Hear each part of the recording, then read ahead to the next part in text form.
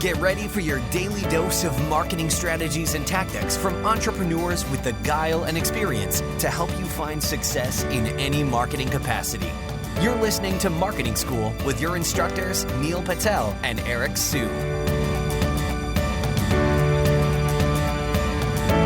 Welcome to another episode of Marketing School. I'm Eric Su. And I'm Neil Patel. And today we're going to give you a 7-point content promotion checklist. So we've talked about before, most of your time when you're doing content marketing, especially when you're starting out, 20% of your time should be spent on creating the content. The other 80% should be spent on promoting it. In some cases, it might be even more extreme. So if you're really starting from the ground up, maybe 5% is creation and then the other 95% is actually promoting it because nobody knows who the heck you are. So first and foremost, this one is an easy one. This one is something you should be doing. You do want to make sure that you're hitting your social media channels because oftentimes people forget. And here's the thing, right? You can use tools like Buffer out there. You can use tools like Hootsuite. But if you want to set things in a constant schedule over time, I highly recommend using a tool like Meet Edgar, where you can basically set a schedule and then your posts will repeat over time. And this is assuming that your posts are evergreen. And even then, with Meet Edgar, if you have posts that are expiring that are kind of timely, you can also set like an expiring kind of schedule where it'll only share once. So that's the first recommendation.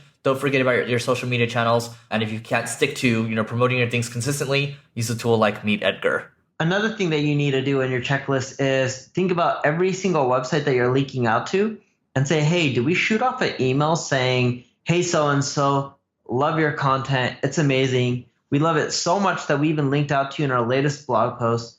Feel free and check it out. Cheers, Neil. P.S. If you shared it, it wouldn't just make my year, it would make my decade. Something simple like that. It's very effective. All you do is just send out an email to every single person you link out to. Most people forget to do it. It works in driving more social shares and sometimes even more backlinks. Don't forget about the paid channels as well. So, for me, we've talked about in past episodes about boosting posts. Here's the thing. You can boost your posts for $1 a day. Like everybody has $1 a day, right? You can give up that candy bar, give up that, coffee, whatever it is exactly. $1 a day, you can boost your post to see how it does. And what I like to do is I like to go to Facebook Insights, for example, or you might go to your Google Analytics or your Twitter. But anyway, Facebook Insights, I like to look at the posts that have above a 3 to 4% engagement rate, right? So this is your clicks, or it could be, comments, shares, whatever it is exactly. You add those up and you divide by your reach. That's your engagement rate.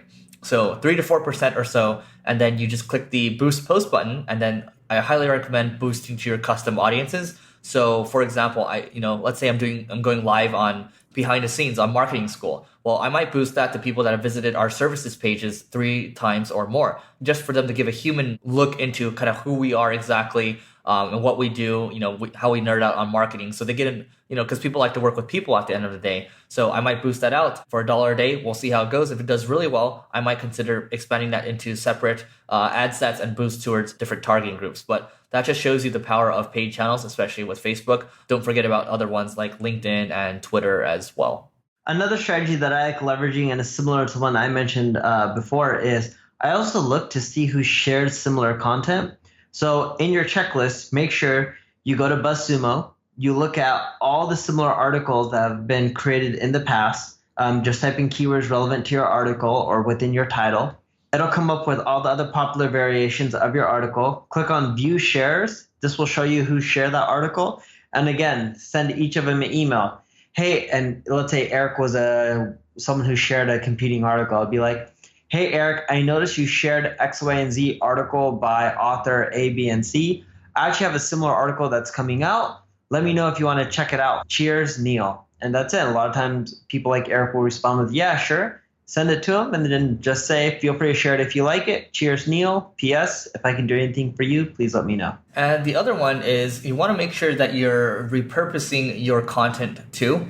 You repurpose your content across different mediums, right? So different channels. So let's talk about, Neil and I have talked about Pinterest in the past. Pinterest can be a good traffic driver, right? This could be another form of content promotion. Repurposing your content in terms of putting it into an Instagram post, right? Or it can become like a SlideShare as well. These are other ways to promote your content, and it really maximizes the mileage on how you're going about content production and also content promotion too. It really knocks out both at the same time. So another thing to add to the checklist is make sure your headline is really appealing. If it's not, it won't do well. You could A/B test it if you want. What I like doing, and I got this from John Murrow, is you can go to a bar, go find drunk people, and repeat off headline variation ideas. I'm kind of lazy. I don't do that, but I just do the same thing with other friends who are online. If I can create a headline that grabs their attention, his idea was if you can grab a drunk person's attention, then you got an awesome headline.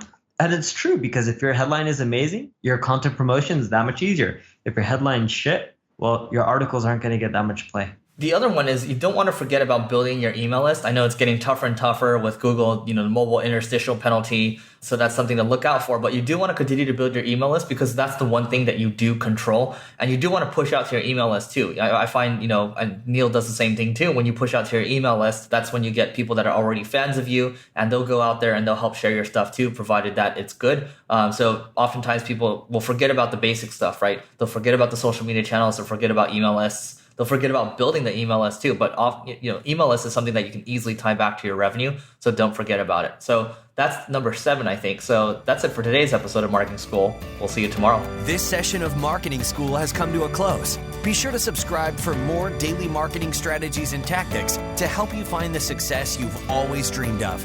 And don't forget to rate and review so we can continue to bring you the best daily content possible. We'll see you in class tomorrow, right here on Marketing School.